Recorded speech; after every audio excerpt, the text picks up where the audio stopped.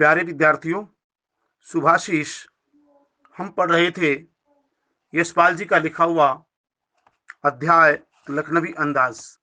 हमने पिछले व्याख्यान में पढ़ा था कि लखनवी अंदाज अध्याय में एक ऐसे नवाब साहब की चर्चा की गई है, अथवा वो उस कहानी के पात्र हैं, इस अध्याय के पात्र हैं, जो परजीवी अर्थात बनावटी संस्कृति जीते हैं।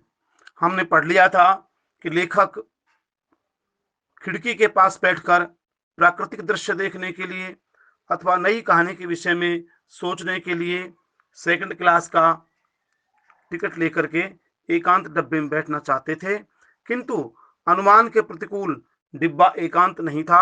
जब लेखक उस डिब्बे में सहसा दौड़ करके चढ़े तो उन्होंने देखा एक लखनवी नवाब किस्म के व्यक्ति वहां बैठे हुए हैं। उनके सामने तौलिए पर 2 खीरे रखे हैं और वे इस प्रकार के भाव व्यक्त कर रहे हैं कि मानो लेखक के आने से उनको असुविधा हुई है, अथवा वो लेखक से बात नहीं करना चाहते, या लेखक के आने से कहीं न कहीं उनके एकांत चिंतन में विघ्न आ गया है। लेखक ने इस अनुमान में कहा था कि शायद वो भी लेखक की तरह से नई कहानी के बारे में सोचने के लिए एकांत ढूंढ रहे हों, अथवा खीरे जैसी पदार्थ वस्तु को वो एक सामान्य व्यक्ति के सामने कैसे खाएं, इस चिंता के कारण ही उनके आंखों में असंतोष का विघ्न दिखाई दिया था। आइए आगामी अनविति में या इस व्याख्यान में हम पढ़ते हैं कि लेखक और नवाब साहब के बीच में क्या क्या बात हुई, अथवा उनकी मुलाकात किस प्रकार परवान चढ़ी। नवाब साहब ने संगति के लिए उत्साह नहीं दिखाया। हमने भी उनके सामने की बर्थ पर बैठकर आत्मसम्मान से आंखें चुरा ली।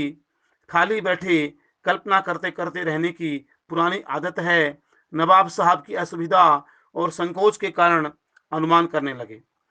संभव है नवाब साहब ने बिल्कुल अकेले यात्रा कर सकने के अनुमान से में किफायत के विचार से सेकंड क्लास का टिकट खरीद लिया हो, और अब गवारा न हो कि शहर का कोई सफेद पोश उन्हें मंझले दर्जे का में सफर करता देखे। अकेले सफर का वक्त काटने के लिए खीरे खरीदे होंगे, और अब किसी सफेद पोश के सामने खीरा कैसे खाएं। हम कनखियों से नवाब साहब की ओर देख रहे थे। नवाब साहब कुछ देर गाड़ी की खिड़की से बाहर देखकर स्थिति पर गौर करते रहे। लेखक जब डब्बे में चढ़े हैं तो नवाब साहब ने बात करने के लिए कोई प्रयास नहीं किया। लेखक कहते हैं कि संगति का उत्साह नहीं दिखाया।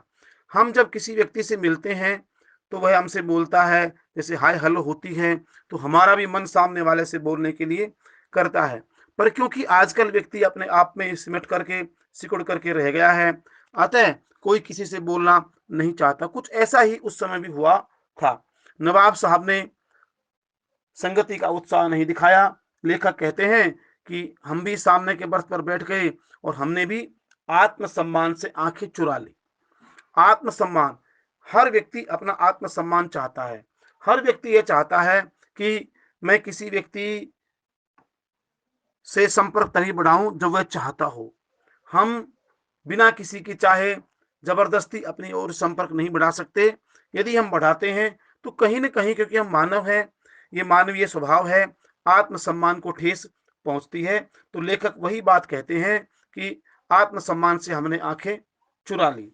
क्योंकि यशपाल जी लेखक हैं, कल्पना करने की पुरानी आदत है। विशेषकर कहानीकार अपनी कहानियों को कल्पना के आधार पर ही लिखा करते हैं। ऐसा नहीं है कि कहानी घटित घटना पर नहीं लिखी जा सकती। ऐतिहासिक कहानियां भी रही हैं, ऐसी कहानियां भी हैं जो जीवन में घटित हो जाती हैं, उसको कहानी का रूप दे देते हैं, पर वह कहानी कम, आत्मकथा कहीं न कहीं अधिक होती है। वैसे हम अपनी आत्मकथा को भी कहानी के रूप में लिख सकते हैं। कहानी एक विधा है। तो लेखक की पुरानी आदत है।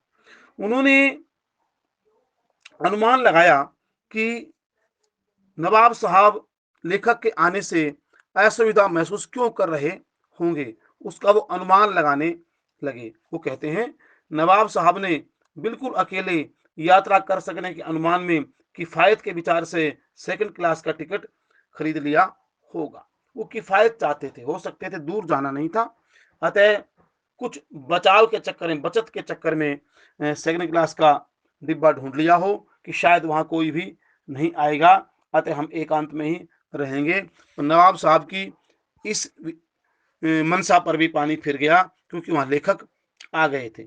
इसके साथ साथ वो कहते हैं किफायत के विचार से टिकट खरीद लिया, पर अब इस बात पर गवारा नहीं हो, ये उनको बात गले नहीं उतरी कि लेखक जैसा कोई साधारण व्यक्ति उनको इस मझले डब्बे में अर्थात फर्स्ट क्लास को छोड़ करके सेकंड क्लास में यात्रा करता हुआ देखे। यह उनकी नवाबी के लिए एक प्रश्न चिन्ह शायद कहीं ना कहीं वो मानते होंगे, क्योंकि नवाब साहब ये सोचते होंगे कि मुझ जैसे व्यक्ति को प्रथम श्रेणी में यात्रा करनी चाहिए। पर मझले दर्जे में जब लेखक उसको देखेंगे तो क्या सोचेंगे, शायद यह बात सोच करके उनके आंखों में असंतोष झलका हो। अथवा यह भी रहा है कि यात्रा को सुखद बनाने के लिए या फिर यात्रा में कुछ खाते रहें, अतः खीरे खरीद लिए होंगे। और अब नवाब साहब इस बात को भी नहीं पचा पा रहे होंगे कि खीरे जैसी तुच्छ वस्तु को एक नवाब साहब को खाता हुआ एक जन सामान्य व्यक्ति देखे, क्योंकि इससे पहले व्याख्यान में खीरे को अपदार्थ वस्तु कहा जा चुका है। अपदार्थ का यहाँ सामान्य अर्थ फिर बोलता हूं, अपदार्थ नहीं है खीरा, नवाब साहब के लिए अपदार्थ है वो। खीरा एक सामान्य फल है, सामान्य सब्जी है, जिसको भारत का निम्न वर्ग, मध्यम वर्ग सभी खाते हैं उसको। नवाब साहब को यह सहन नहीं था कि उनको खीरा खाते हुए एक सामान्य आदमी देखे। शायद इस विचार से भी उन्होंने आंखें चुरा ली होंगी या उनकी आंखों में असंतोष का विघ्न दिखाई दिया होगा। लेखक कहते हैं, हम कनखियों से नवाब साहब की ओर देख रहे थे। नवाब साहब कुछ देर गाड़ी की खिड़की से बाहर देखकर स्थिति पर गौर करते रहे। कई बार ऐसा होता है कि हम किसी से व्यक्ति से नहीं बोलना चाहते तो अपनी आंखें कहीं और लगा लेते हैं, हम किसी और वस्तु को देखने लग जाते हैं ताकि सामने वाला ये भी न समझे कि मुझसे बातें नहीं की जा रही, और हम उनसे बिना बातें किए अपने आत्मसम्मान को भी बचा सकें। नवाब साहब के साथ भी कुछ ऐसा ही हुआ था। उन्होंने भी स्थिति पर गौर करना उचित समझा, अर्थात कहीं न कहीं उनके मन में ऐसा भी रहा होगा कि बोलने का बहाना भी ढूंढ रहे होंगे और एकदम से नहीं बोल पा रहे होंगे, क्योंकि आगे चल करके जब खीरा काटा जाएगा तब नवाब साहब सबसे पहले लेखक को खीरे के लेने के लिए पूछेंगे। तो यहाँ लेखक ये कहना चाहते हैं कि नवाब साहब आत्मसम्मान से आंखें तो चुरा रहे थे, पर क्योंकि डब्बे में एक व्यक्ति आकर बैठा है तो उससे बोलना भी आवश्यक बन जाता है। और नवाब साहब कैसे बोले, शुरुआत कैसे करें, इसका विचार करने के लिए या अपने आप को बोलने के लिए मानसिक तौर पर तैयार करने के लिए वो कुछ देर तक खिड़की के बाहर देखते रहे, स्थिति पर गौर करते रहे, अर्थात बोलने के लिए शुरुआत खोजते रहे। इसका सीधा अर्थ यही है।